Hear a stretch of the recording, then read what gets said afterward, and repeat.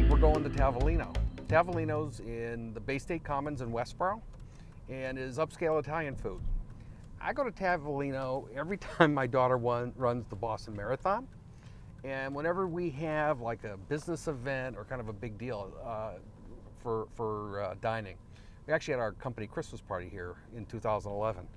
Here's Ted's on the right. Since I don't see Jane Fonda in there with Ted, we're going to go over here to Tavolino on the left. I love the architecture at Tavolino. I think that they've done a very nice job of tying it into the old train station. Not a huge fan of the patio. It always looks to me like it's behind a bunker. But let's go inside. This is Tavolino.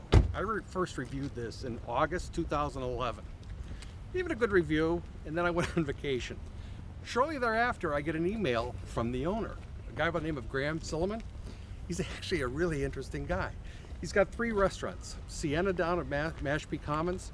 He's got Tavolino down at Patriot Place, and this one. He just wanted to talk food. So as we talked about doing a show, we thought it made sense to introduce Graham to the folks in Westboro, and also Hey, Gary, how are you? Yeah, I'd like to introduce you to Graham Silliman. He's the owner of Tavolino. How are we doing? We're doing very well. We were ready for you. In fact, Anthony, our chef, is in the kitchen, and he started cooking your food. So we're going to go in right now. Let's go. All right, right this way. So, chef, first thing you're going to do today is the wild mushroom buscaiola, right? Yes, sir. Okay. So this got to start. This is one of the things that your daughter had talked about when she was training for the marathon. The weekend before the marathon, we put this on the menu as a special for carbo loading. Okay. Okay. So wild mushroom buscaiola. I think it's how many mushrooms do you have in there? What kinds? We have cremini, we have oyster, and we have Shiitake. All right. So these are going to be sauteed. Well, you're also smelling the garlic. Everything smells good with that. The mushrooms actually will absorb a lot of the garlic flavor. tomatoes.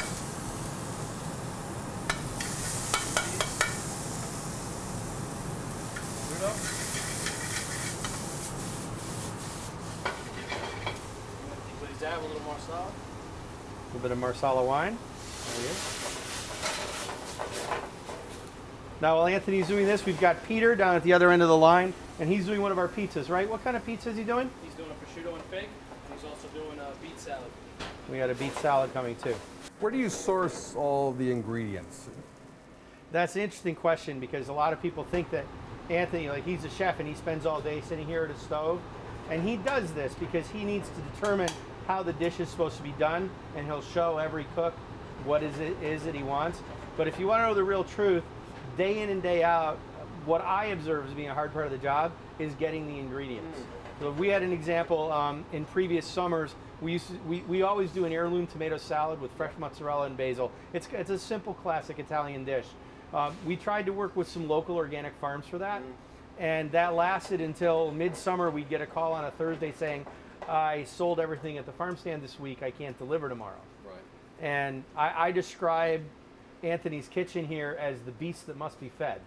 All right, if you put that heirloom tomato salad on the menu, the customers are going to like it. Right. And if they like it, they're going to order a lot of it. And you have to have it every day, all the time. And we have to have a very, very good source. That makes sense to me.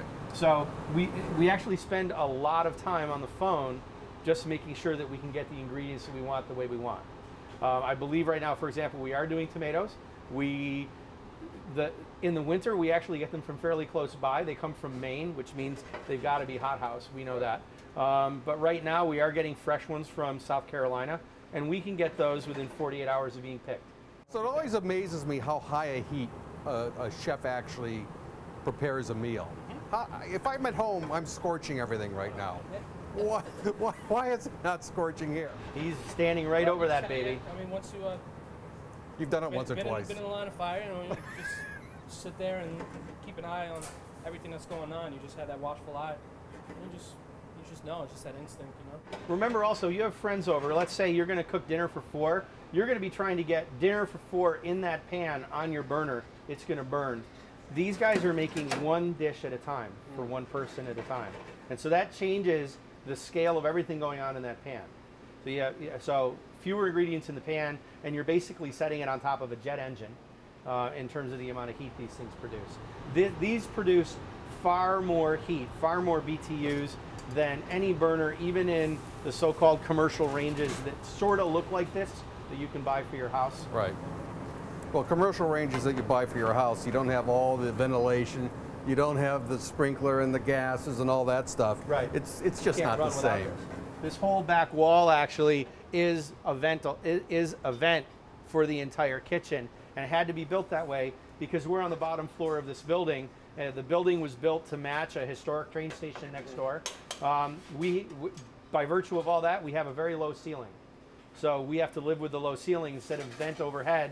The back wall is a part of our ventilation system, the entire wall. All right, so you're going to plate it up. Here's the big thing, right? All right, we'll put that up on the pass. So what Anthony's going to do now is calamari. This, in our restaurant, we consider what we call a reference dish. Anybody could go to any Italian restaurant in New England, and this is going to be a standard thing that they order. And it's one of the ways that they compare the restaurants. And if the calamari is good, then maybe they'll look at the rest of the menu too. First thing to look at here, this is a simple dish and it's a very classic dish, but we handle it with a fair amount of respect. You're not seeing him cut open a bag of breaded squid rings. He gets the squid and he's now dredging it in his batter, and now he's dropping it in the fry basket and he's going to fry it here. Now, chef, did you just have the squid, or did you get the peppers in there too? Sliced cherry peppers. Okay.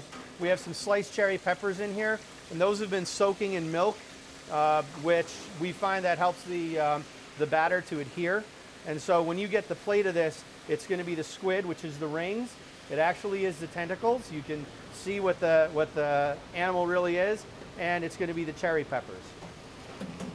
This is probably one of the biggest selling appetizers. Nice golden color. Keep the oil very clean.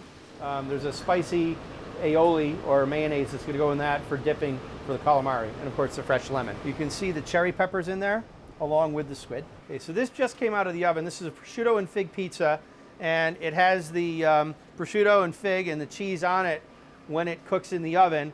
And then as we put it out on the pass, as it comes out of the oven, the arugula goes on it and the balsamic drizzle.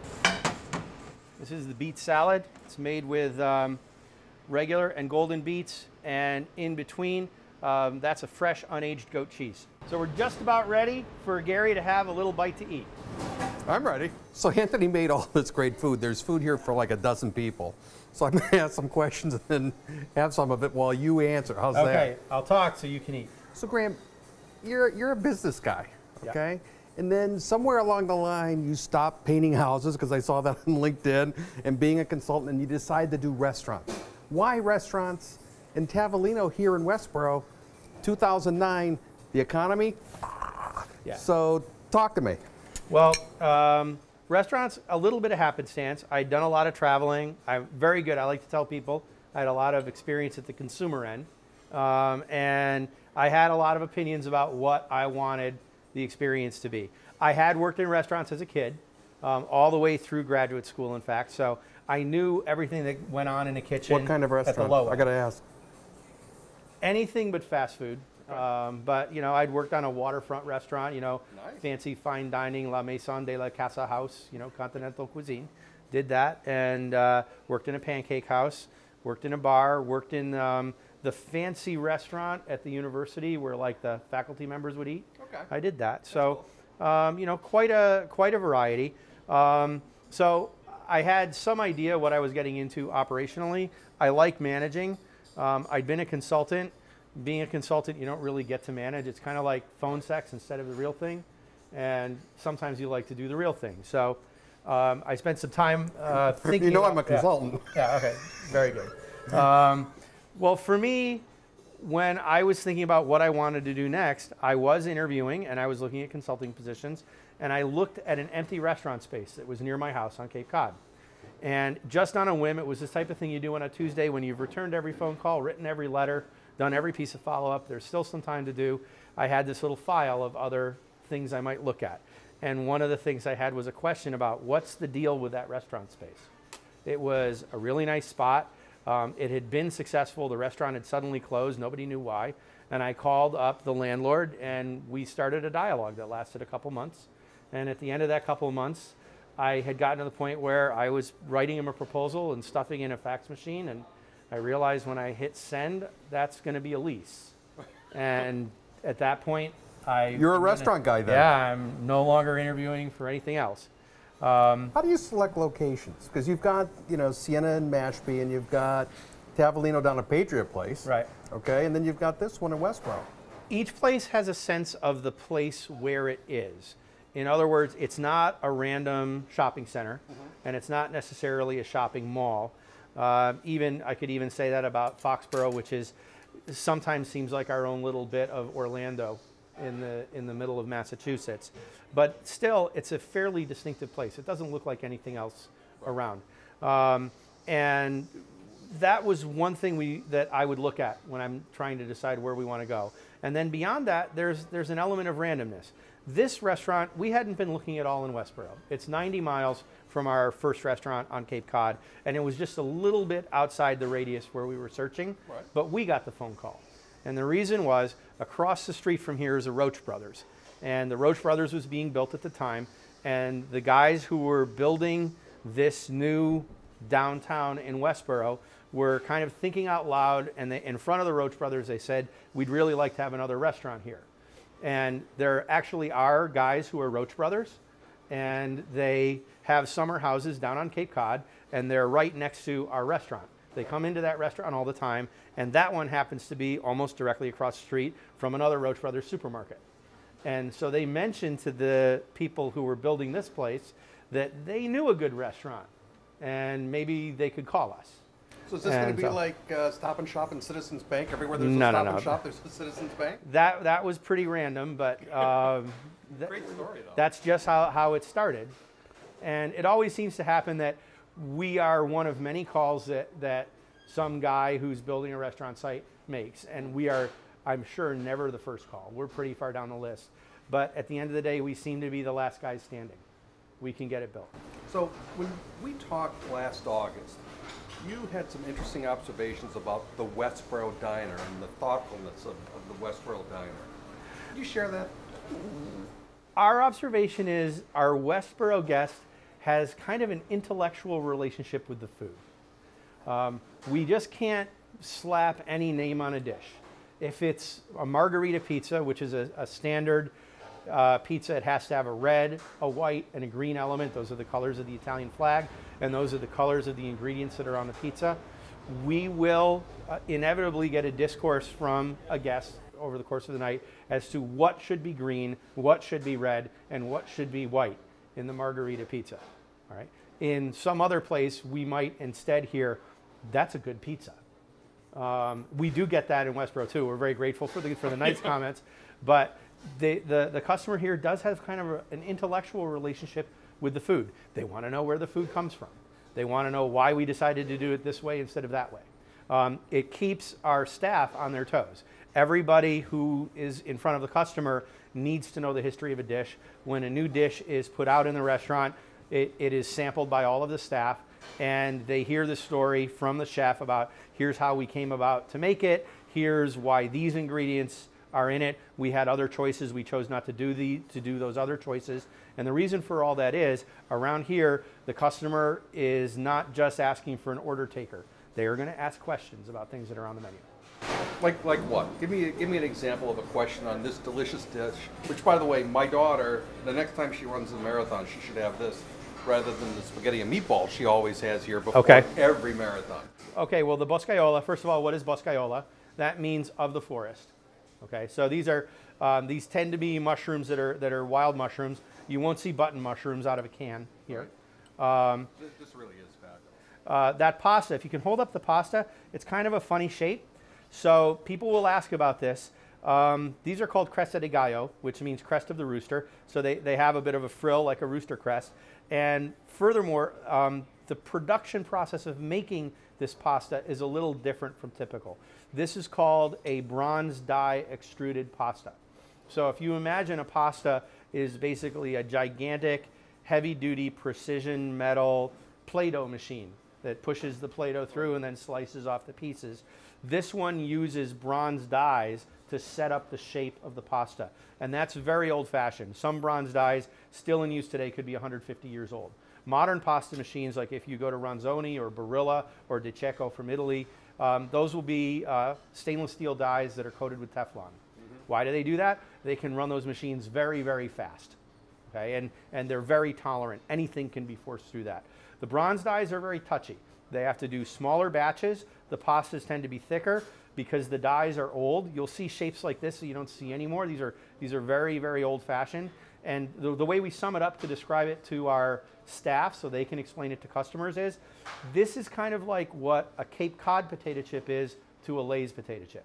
The modern potato chip is the Lay's potato chip. These are the small batch artisan pastas. The small batch artisan potato chip is the Cape Cod.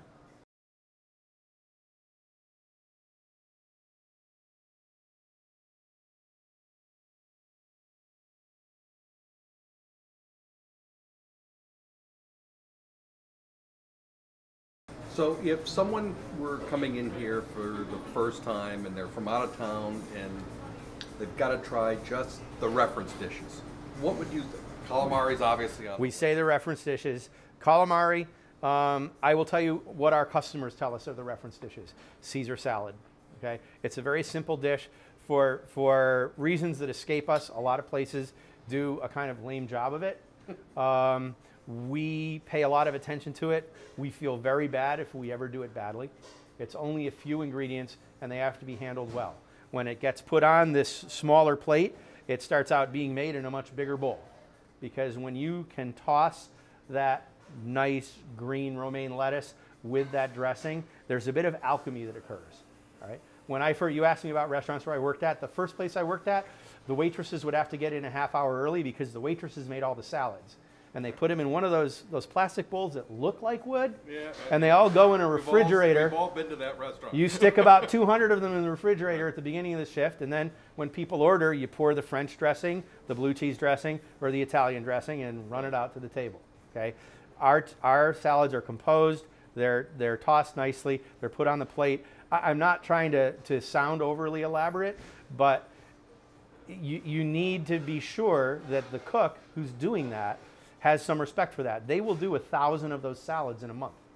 And they have to still pay attention to it on salad number 995 because each of those steps, it's a small step, but it really counts. It tastes different. So is this why, all kidding aside, when I make a salad at home, it never tastes good?